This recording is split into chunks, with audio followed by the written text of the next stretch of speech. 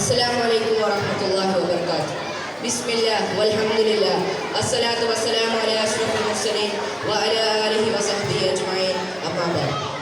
ഏറ്റവും ബഹുമാനമുള്ള അധ്യക്ഷൻ അവരുകളെ, മാന്യ ശ്രോതാക്കളെ, രക്ഷിതാക്കളെ, വിദ്യാർത്ഥി സുഹൃത്തുക്കൾ, പാവനമായ റബീഉൽ അവ്വൽ മാസം സുന്ദരമായ ഈ സുദിനത്തിൽ നിങ്ങളുമായി സംവദിക്കാൻ അവസരം നൽകിയ അല്ലാഹുവിനെ ഞാൻ ആദ്യമായി സ്തുതിക്കുന്നു. അൽഹംദുലില്ലാഹ്.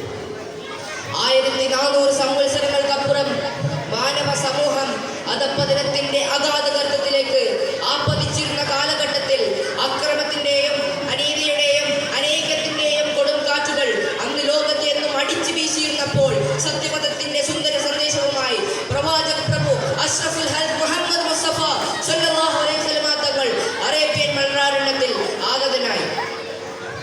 ജന്മസമയത്ത് തന്നെ പല മഹാ അത്ഭുതങ്ങളും ദൃശ്യമായതോ അവിടുത്തെ ശ്രേഷ്ഠതയ്ക്ക് മകുടം ചാർത്തുന്നു. എന്നാൽ ചരിത്രകാരന്മാർ താർഗേജിക്കുമെന്ന് വിശേഷിപ്പിച്ച 6-ാം നൂറ്റാണ്ടിലെ ക്രൂരരും അക്രമികളുമായിരുന്ന ഒരു സലീം വിഭാഗത്തെയാണ് അവിടത്തേക്ക് നേരിടേണ്ടി വന്നത്. തന്റെ രക്തത്തിൽ പിറന്ന കുഞ്ഞ് പെൺകുട്ടിയാണെന്നറിഞ്ഞാൽ അവരുടെ മുഖം വിവരണമാവുകയും നിഷ്കളങ്കിയായ ആ ചോര പൈതലിനെ ജീവനോടുകൂടി കുഴിച്ചു മൂടുകയും ചെയ്തിരുന്നു.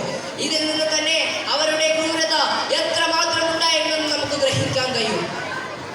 അക്രമവും കൊലയും കൊള്ളയും കൊള്ളിവെപ്പും കൊണ്ടും കൊടുത്തും നിത്യസമൂഹമാക്കിയ ആ സമൂഹം മദ്യത്തിലും മതരക്ഷയിലുമായിരുന്നു അവർ സായുജ്യം കണ്ടെത്തിയിരുന്നത്. മനുഷ്യത്വത്തിന്റെ പാഠഭാഗം പോലും വായിക്കാത്ത സംസ്കാര ശൂന്യരായ ആ വിഭാഗത്തിലേക്കായിരുന്നു നബി സല്ലല്ലാഹു അലൈഹി വസല്ലം തങ്ങൾ സന്മാർഗത്തിന്റെ സന്ദേശവുമായി കടന്നു ചെന്നത്. അപ്പോൾ അവർ നബിയെ മർദ്ദിച്ച് അവശരാക്കുകയും വിമർശനങ്ങളുടെ ക്രൂരമ്പുകൾ നബിക്കെതിരെ ഏറ്റുപിടുകയും ചെയ്തിരുന്നുവെങ്കിലും ചിതറാത്ത ചിന്തത്തോടും പതറാത്ത പാദത്തോടും കൂടി അവിടുന്ന് പ്രബോധനം തുടരുകയും അങ്ങനെ വെറും 23 വർഷം കൊണ്ട് ധർമ്മത്തിന്റെയും നീതിയുടെയും വെളിച്ചം കാണാത്ത അന്ധഭാരത്തിൽ ജനിച്ചു വളർന്ന ആ സമൂഹത്തിലേക്ക് സന്മാർഗത്തിന്റെ പടപ്പുറം ചെരിഞ്ഞുകൊണ്ട് അവർ ലോകത്തിന്റെ നേതാക്കളും ജേതാക്കളുമാക്കി മാറ്റിയെടുത്തു. ഇത് ലോക ചരിത്രത്തിൽ തുല്യതയില്ലാത്ത പരിവർത്തനമാണ്.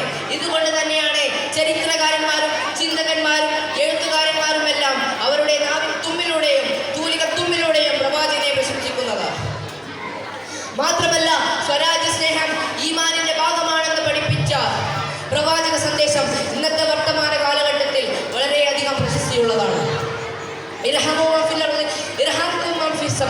നിങ്ങൾ ഭൂമിയിലുള്ളവരോട് കരുണ കാണിക്കുക, ആകാശത്തുള്ളവർ നിങ്ങളോടും കരുണ കാണിക്കണമെന്ന നിർവചനം അതാണ് സൂചിപ്പിക്കുന്നത്.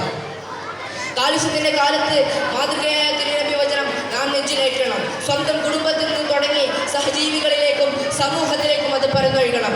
നബിദിനാഘോഷം ഇതിന് നിമിത്തമാകട്ടെ എന്ന് ആശംസിച്ചുകൊണ്ട് ഞാൻ എൻ്റെ വാക്കുകൾ നിർത്തുന്നു. അസ്സലാമു അലൈക്കും വറഹ്മത്തുള്ളാഹി വബറകാതുഹു.